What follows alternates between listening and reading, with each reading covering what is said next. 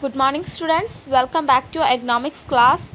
Today we will learn about Chapter 2 Indian Economy 1950 to 1990, Part 1.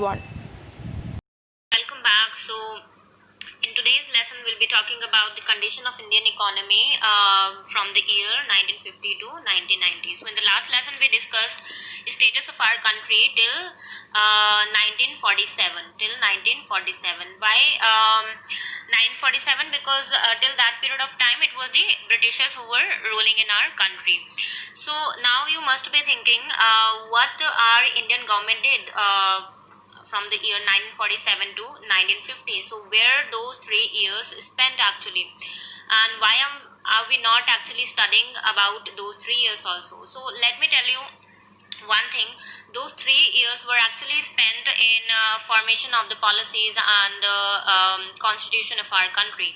So if you know that even after getting independence in the year 1947, our country wasn't completely free from the Britishers. Why? Because under even for those 3 years, our government, our country was under the monarchy constitution of the Britishers, and that time the governor was Mountbatten. So our country formally adopted Indian Constitution in the year 1950, and therefore we gonna talk about the condition of our economy from 1950 to 1990. So what kind of policies, rule, regulations, and steps were undertaken by the government of India between these periods so as to increase the growth of our economy. That's what we are going to look in detail in this chapter. So let's get started and move on to the next slide. So what all are we going to cover in this chapter will be first understanding the meaning of economic planning and what are the various goals of 5-year plans and what strategies were adopted by the government to promote growth in agriculture sector. Why? Because in the last chapter we saw that our agriculture sector was very much stagnant and constant. It wasn't growing at all. So now to increase the growth in agriculture sector after getting independence, what kind of policies were brought in by the government of India? And the next will be dealing in industrial sector condition. What kind of steps were brought in by the government to uplift industrial development? And then we'll talk about the foreign trade areas and then critical appraisal of industrial policy development. So these would be the objective for in this lesson. Now let's move on to the next slide and talk about more in detail. So as I've already discussed that when we before independence, our economy was completely underdeveloped and stagnant.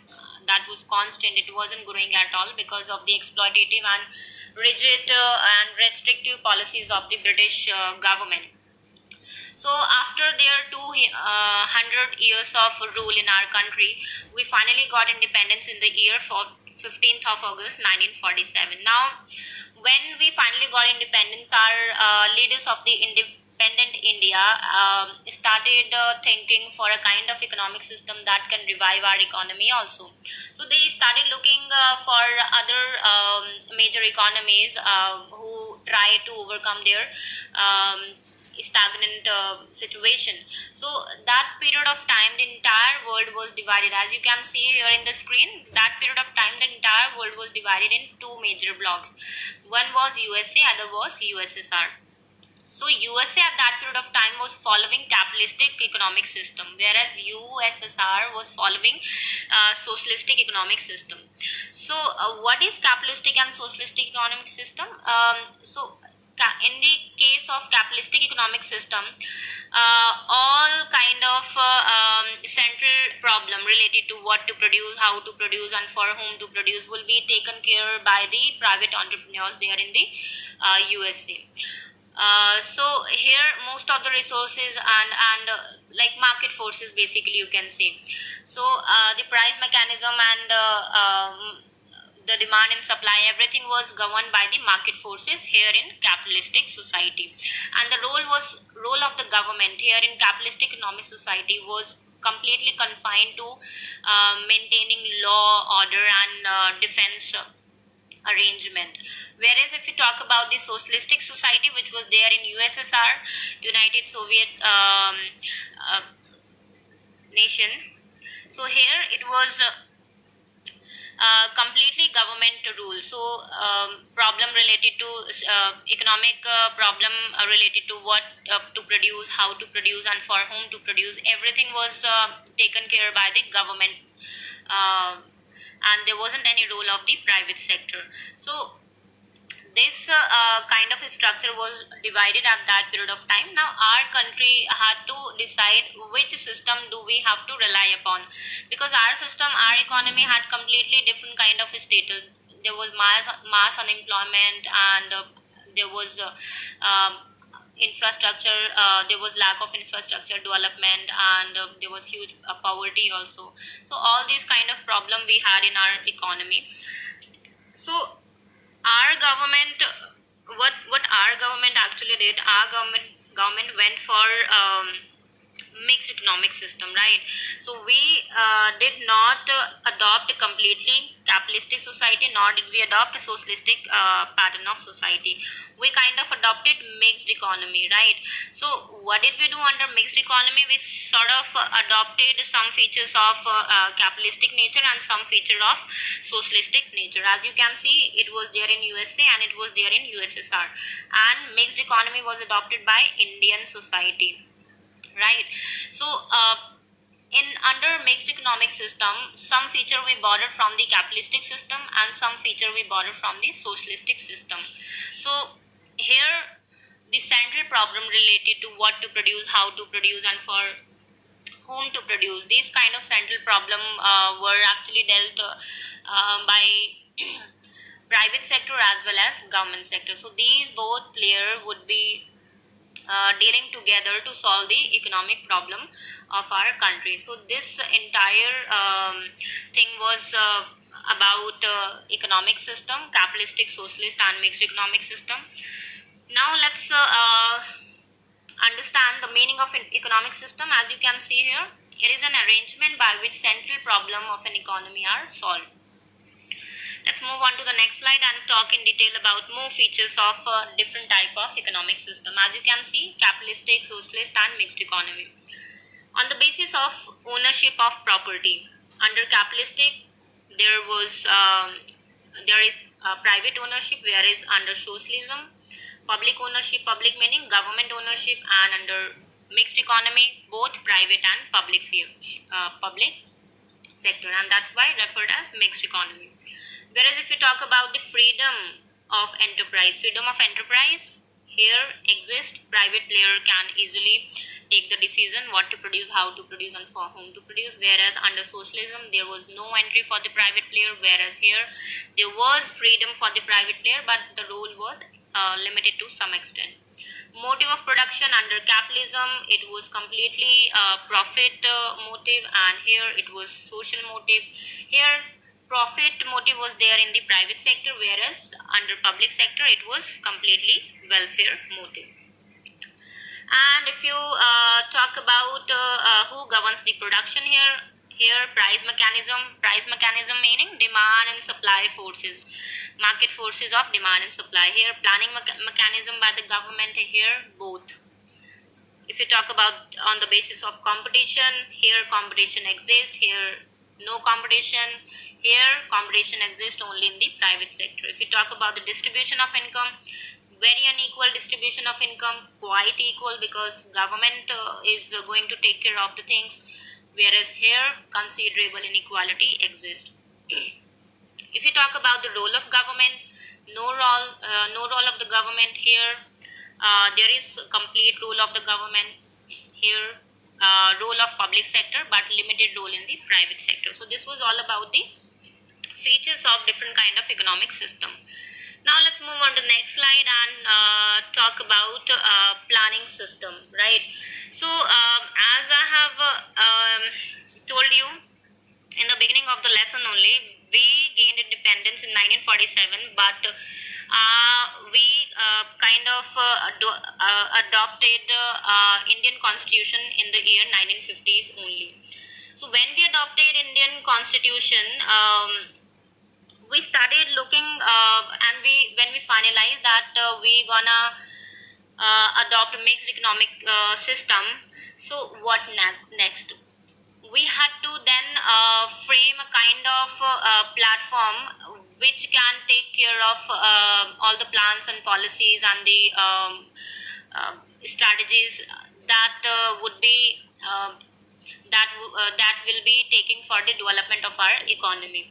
So for that purpose, we adopted planning commission. We kind of established planning commission in the year 1950. So what was planning commission? It was a kind of monetary agency. It was a monetary agency that will be taking care of all the plans and the policies that the independent leaders of the country would be using to take our economy on the path of growth.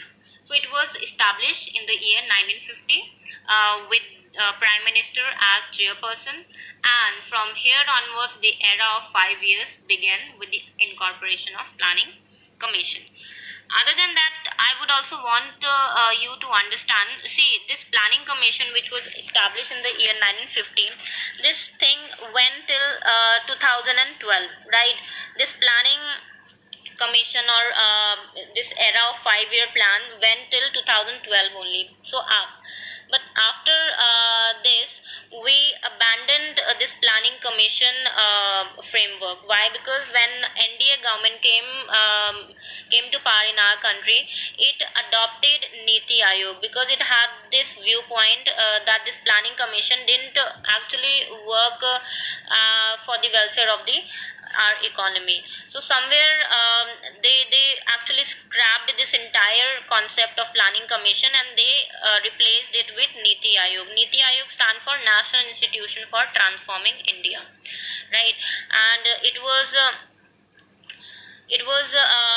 formed in the year 2015, 1st January 2015, and the first meeting was held on 8th February 2015.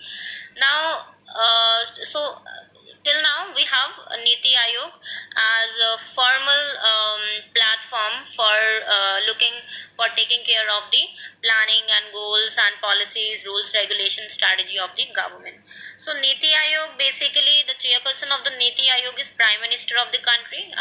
Currently Rajiv Kumar, as you can see in the screen, currently Rajiv Kumar is the vice chairman of the Niti Aayog, and PM is being the chairperson, and Amitabh Kant is CEO of Niti Aayog. Right, so these are the member of the Niti Aayog currently. Now let's move on to the next slide and talk more in detail about. So what was economic planning? If you were to define economic planning, so it is basically, it refers to the utilization of countries' resources in different development activities in accordance with the national priority. So this is how we define economic planning. Now let's move on to the next slide and talk more in detail. So as you can see, you in front of the screen, you can see there are different type of 5 year plans, right? So these were the years where for which 5 year plans were made, right? First 5 year plan, as you can see, was formed for the year 1951 to 56, and then second 56 to 61, and then so on. So these were the following years for which 5 year plans were framed. But as I've told you, after 2012 we did not follow this 5 year plan concept. Why? Because of the establishment of Niti Aayog. So now let's talk about the goals of 5 year plan. What were the various goals of 5 year plan that we established in the beginning of the year? So the very first goal was growth of our economy, then modernization, equity, and self-reliance. These are the four major goals of 5 year plan that we had in our mind before beginning the planning 5 year plan program. Now let's talk in detail about each of these 5 year goals. So how growth of any economy is calculated? First of all, growth of any economy is measured by the GDP of that particular country, right? And GDP stand for gross domestic product, right? It is the market value for all the final goods and services produced in any country during a particular period of time. So this is how growth of an economy is measured, that is by the GDP. Now when GDP is more, then obviously you can say that the growth of your economy is also going to be more. And how GDP is calculated: final value of all the goods and services produced in the three sector: agriculture sector, industrial sector, and tertiary sector or service sector. This will give you the value of GDP. Now let's move on to the next slide and talk about another goal of 5-year plan. And next goal is modernization. So thank you, students.